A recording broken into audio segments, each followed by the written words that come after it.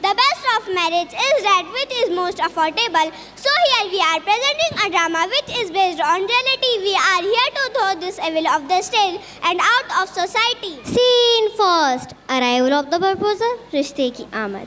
ये कहानी आम सुबह से शुरू होती है जब फातिमा के घर एक अहम मुलाकात के लिए मेहमान आते हैं।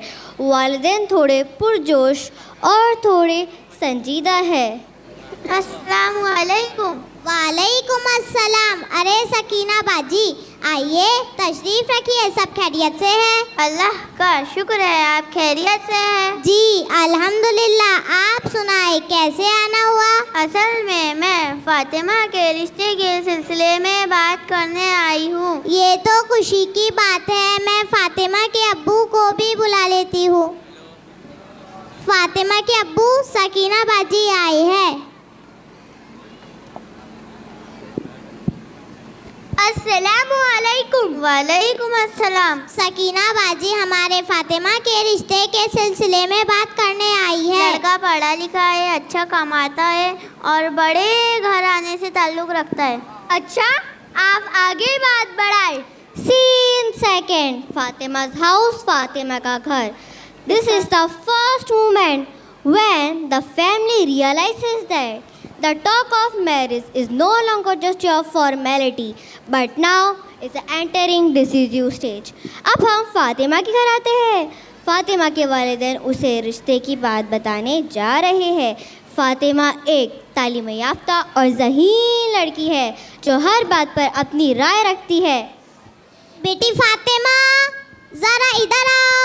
जी अम्मी। तुम्हारे लिए रिश्ता आया है। अम्मी पहले आप एक बात क्लियर कर दीजिए, रिश्ता आया है या इंस्टॉलमेंट पर लड़की लेने आए हैं?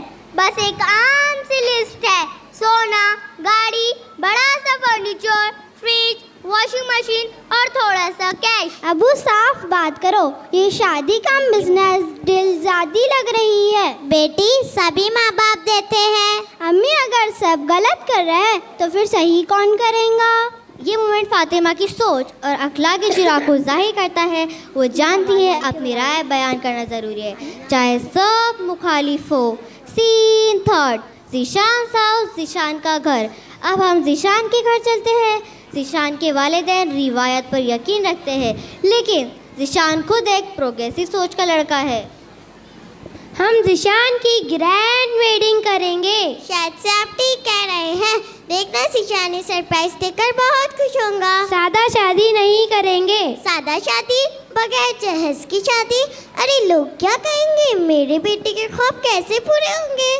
तुम ठीक कह रही हो, आजकल बगैर जहेज के शादियाँ मामूल नहीं रही। अब्बू, लोग तो हाल में बातें करते हैं, लेकिन गलत को कबूल करना ऐसे सही नहीं बना देता। अगर हमारा मौक़िफ़ अपनाए तो कम से कम एक मिसाल तो बनेगी। देखते हैं, वक्त ही फैसला करेगा। ये सीन जाहिर करता है कि ज़ीशान एक मजबूत और सही फैसले वाला लड़का है जो समाजी दबाव के बावजूद उसूलों पर कायम रहता है। Scene 4, रिश्ते की मुलाकात, the meeting of the families. Both families have gathered at one place for the meeting. The atmosphere is formal, everyone's emotions are mixed. This moment is important because here it will be decided whether a marriage without dowry is possible or not.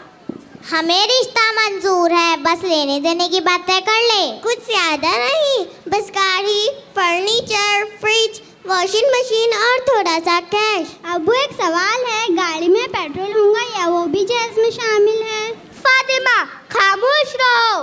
बेटी की शादी एक ही बार होती है, grand wedding जरूरी है। हमारे खानदान में बगैर जहेज के शादी सोचा भी नहीं जाता। आजकल शादी निकाह की कोई कदर नहीं, अगर शादी ग्रैंड ना हुई तो लोग बातें बताते हैं। जहेज देना बुरी बात नहीं, इज्जत बचाने के लिए करना पड़ता है। ये मंजर दिखाता है कि समाजी तवक्कुआत किस हद तक दबाव डालती है और फातिमा जैसी रोशन ख्याल लड़की के लिए एक चैलेंज है। Scene 5, the decision. A daughter's future should be built on respect, not receipts. When marriage becomes a transaction, love is replaced by demands. आखिरकार वो लम्हा आता है जब फातिमा और ज़ीशान अपनी राय का इजहार करते हैं। ये फैसला सिर्फ उनकी ज़िंदगी का ही नहीं बल्कि एक मिसाल भी है कि किस तरह उसूल पर कायम रहकर शादी को आसान और बाबरकत बनाया जा सकता है। जहेज तो सब देते हैं, आप क्यों भी चढ़ रहे हैं? सोसाइटी का ट्रेंड फॉलो करना ही पड़ता है। अबू आज अगर मैं नहीं बोली तो कल किसी और बेटी की बारी होंगी। जहेज ज़रूरी होता तो मैं नबी सल्लल्लाहु अलैहि वसल्लम सबसे पहले अपनी बेटियों को देते। इस्लाम बोझ को पसंद नहीं करता बल्कि इज्जत को अहमियत देता है। नबी सल्लल्लाहु अलैहि वसल्लम ने फरमाया, सबसे बाबरकत निकाह वो है जो सबसे आसान हो। मेरा फैसला वाज़ेह है, मुझे जहेज नहीं चाहिए, मुझे फातिमा जैसी सोच रखने वाली शर्के है चाहिए। ये कहानी हमें ये सिखाती है कि शादी में जहेज का तकाजा गैर ज़रूरी है। सही उसूलों पर कायम रहकर हम एक बाबरकत और खुशहाल ज़िंदगी की बुनियाद रख सकते हैं। जहेज के बगैर भी बेटी इज्जत के साथ रुखसत हो सकती है। मैं खुद को साबित करने के लिए सामान नहीं हौसला रखती हूँ। मेरा एतमाद, मेरी तालीम, मेरी खुदमुख्तारी, मेरी तरबियत, यही मेरा जहेज है। ये एक ऐसा माशरा है जहाँ बेटी के पैदाइश पर मुस्कुराहट कम ज़ैद और शादी की फिक्र जल्दी बढ़ जाती है। ये एक ऐसा माशरा हो गया है जहाँ निकाह को सुन्नत नहीं बल्कि नुमाइश बना दिया गया है। इस्लाम कहता है निकाह आसान करो। इस्लाम ने तो बेटी को रहमत कहा है लेकिन हमने उसे बोझ बना दिया है। लेकिन हमने उसे कर्ज और बोझ बना दिया है। जैसे एक ऐसी रस्म है जिसका जिक्र ना कुरान में है ना सुन्नत रसूल, बीबी उसे इज्जत का मेयार बना लिया। कब तक हम सुन्नतों को छोड़कर रस्मों को निभाते रहेंगे?